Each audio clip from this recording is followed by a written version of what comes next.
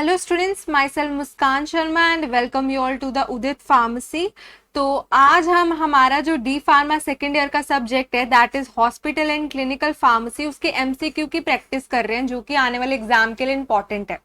क्या सीन है, क्योंकि काफी बच्चों को कंफ्यूजन हो रहा है कि उनके आज तक एमसीक्यू एग्जाम नहीं हुए हैं, तो उनको क्या हो रहा है, दिक्कत हो रही है इस एमसीक्यूज को पढ़ने में कि कैसे पढ़ते हैं तो आंसर नहीं आते।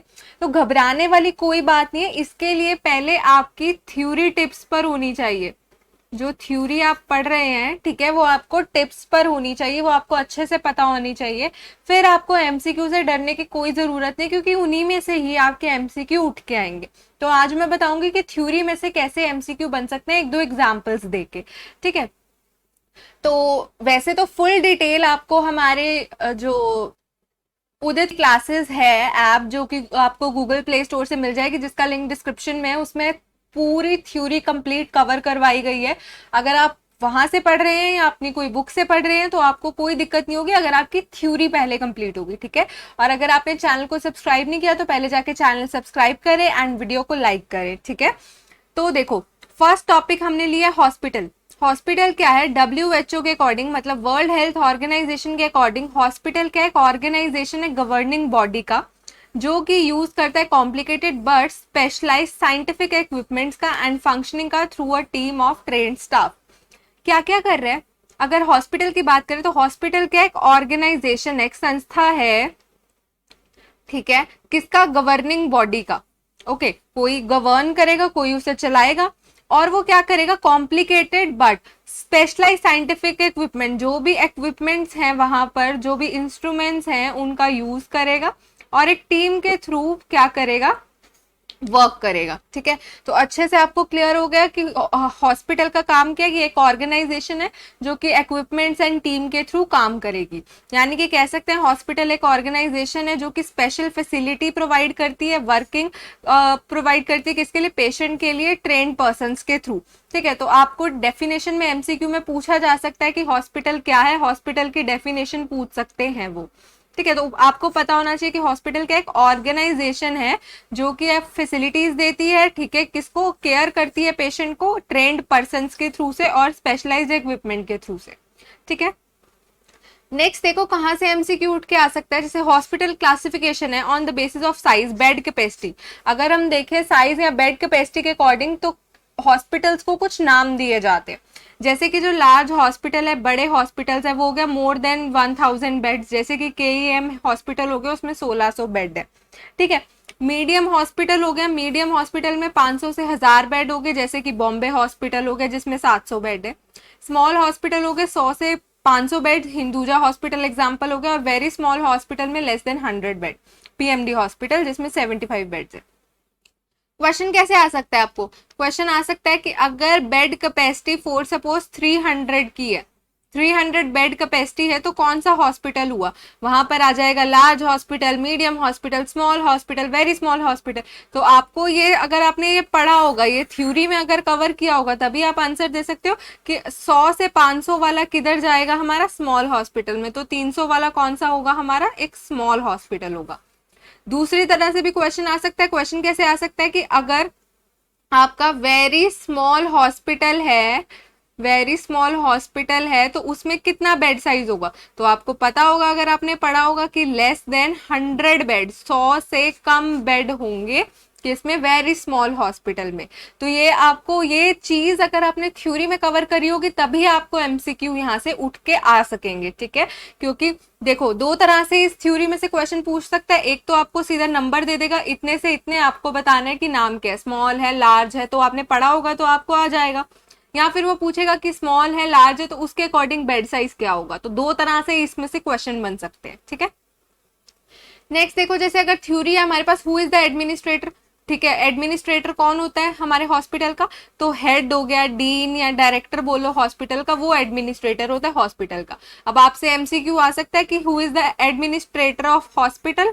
ठीक है, और ऑप्शन में आपको काफी सारी चीजें दे देगा, तो आपको पता होना चाहिए, या हेड सेलेक्ट करो या डीन या डायरेक्टर, कुछ ना कुछ ऑप्शंस में आपको मिलेगा, वो हमारा हॉस्पिटल का हेड होता है, एडमिनिस्ट्रेटर होता है।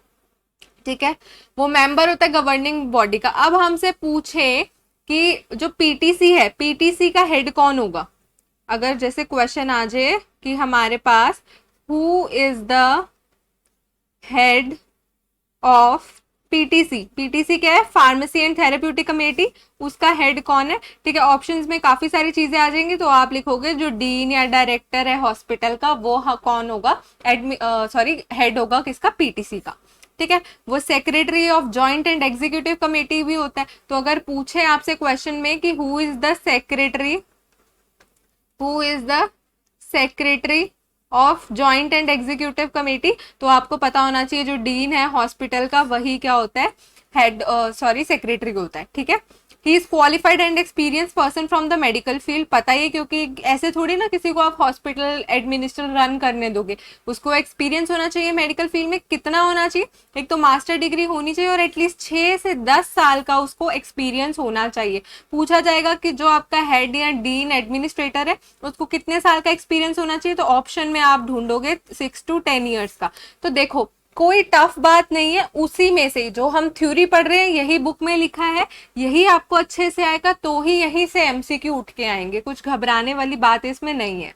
जैसे कि नेक्स्ट टॉपिक हम देख रहे हैं नंबर ऑफ फार्मासिस्ट, कितने, तो बेड कैपेसिटी पे डिपेंड करता है कितने नंबर ऑफ फार्मासिस्ट होंगे। जैसे कि अगर 50 बेडेड हॉस्पिटल है तो 3 फार्मासिस्ट बहुत है, 100 बेडेड है तो 5 फार्मासिस्ट, 200 बेडेड है तो 8 फार्मासिस्ट, 300 बेडेड है तो 10 फार्मासिस्ट और 500 बेडेड है तो 15 फार्मासिस्ट, ठीक है। क्वेश्चन कैसे आ सकता है कि जैसे अगर हमारा हॉस्पिटल अप टू 200 बेडेड है तो कितने फार्मासिस्ट की रिक्वायरमेंट होगी हमें, तो आपको अगर थ्योरी याद होगी तो पता ही लग जाएगा, सीधा सीधा ऑप्शन में देखो 4, 8, 9, 10, तो आपको पता है 8 फार्मासिस्ट की आपको रिक्वायरमेंट है, तो यहीं से ही एमसीक्यू उठ के आया, ठीक है। तो ऐसे आएंगे। नेक्स्ट है जैसे describe to whom the copies of purchase order given and why, हमसे पूछा है कि किन किन को परचेज ऑर्डर की कॉपीज जाती हैं। तो अगर आपने थ्योरी कंप्लीट करी होगी तो आपको पता होगा परचेज ऑर्डर की एक डिमांड है, जो कि जैसे मेरे को 500 पेन खरीदने हैं, तो मैं क्या करूंगी, एक परचेज ऑर्डर तैयार करूंगी उसका, ठीक है। उस परचेज ऑर्डर की हमारी टोटल 7 कॉपीज बनती है, ठीक है। क्वेश्चन में पूछ सकता है परचेज ऑर्डर की कितनी बनती है, 7 बनती है, 8 बनती है, 9 बनती है, 10 बनती है, तो आपको पता होना चाहिए कि 7 बनती है परचेज ऑर्डर की कॉपीज, ठीक है। जो फर्स्ट कॉपी होती है आपको पता होना चाहिए किसको जाती है, सप्लायर को जाती है बाय पोस्ट और हैंड डिलीवरी, जैसे जिससे मैंने खरीदना है तो उसको मैं दूंगी ये फर्स्ट कॉपी, तो ठीक है। तो पूछा जा सकता है परचेज ऑर्डर की फर्स्ट कॉपी कहाँ से किसको देनी है, तो आपको पता होना चाहिए जो सप्लायर है हमने उसको देनी है। सेकंड कॉपी किसको देनी है, अकाउंट्स डिपार्टमेंट को देनी है, जहां पे ये रहेगी अकाउंटिंग के लिए, मतलब नोट रहेगा कि यहाँ यहाँ हमने खर्चा किया था, तो पूछ सकते हैं सेकंड कॉपी किसको देंगे, अकाउंट्स डिपार्टमेंट को। थर्ड कॉपी की बात करें, third copy retained bye purchasing officer for his department, जो परचेजिंग ऑफिसर है उसके डिपार्टमेंट में ही थर्ड कॉपी रहेगी। फोर्थ कॉपी की बात करें तो डिपार्टमेंट को चली जाएगी जहां पे रिक्वेस्ट आई है, जैसे कि फॉर सपोज मेडिकल वार्ड में चाहिए था 500 पेन, ठीक है, तो क्या है उस डिपार्टमेंट में भेज दिया जाएगा परचेज ऑर्डर की कॉपी। फिफ्थ की बात करें तो completion of fifth copy is done if articles are received and send to the accounts department. Fifth copy तब बनती है जब हमारा जो क्या है ऑर्डर के आर्टिकल्स 500 पेन मेरे पास आ गए और मैंने अकाउंट डिपार्टमेंट में भेज देनी है वो, ठीक है। सिक्स कॉपी किसके पास जाएगी, it is use like only when goods are back order, अगर दोबारा से ऑर्डर करने हैं तब हम उस सिक्स कॉपी का यूज करते हैं, और अगर सेवेंथ कॉपी है तो it is a specific copy kept by purchase officer for other use, और ये कौन रखता है, परचेज ऑफिसर ही रखता है दूसरे पर्पसेस के लिए, ठीक है। तो टोटल आपको पता है 7 कॉपियां, और किस किस को जानी है वो, तो यहाँ से आपको क्वेश्चन उठ सकते हैं, जैसे सेकंड कॉपी किसको गई, थर्ड कॉपी किसको गई, तो ऐसे ऐसे क्वेश्चन आ सकते हैं। थ्योरी पढ़ी होगी तभी आप एमसीक्यू अटेम्प्ट करोगे, ठीक है, और कहीं बाहर से नहीं आते हैं एमसीक्यू, इसी में से ही आते हैं। नेक्स्ट अगर फॉर जैसे टॉपिक है फॉर्मेट ऑफ हॉस्पिटल फॉर्मुलरी, ठीक है। फॉर्मेट ऑफ हॉस्पिटल फॉर्मुलरी कौन डिसाइड करता है, पीटीसी। अब आपसे पूछे कि जो फॉर्मेट ऑफ हॉस्पिटल फॉर्मुलरी है वो कौन डिसाइड करता है, तो ऑप्शंस में होगा PTC, pharmaceutical and therapeutic committee जो है वो हमारी फॉर्मेट डिसाइड करती है, ठीक है। बाइंडेड फॉर्म में होना चाहिए, पूछ सकते हैं ओपन फॉर्म में होगा, बाइंडेड फॉर्म में होगा, पेजेस के फॉर्म में होगा, कैसे होगा, तो आपको पता होना चाहिए बाइंडेड फॉर्म में है।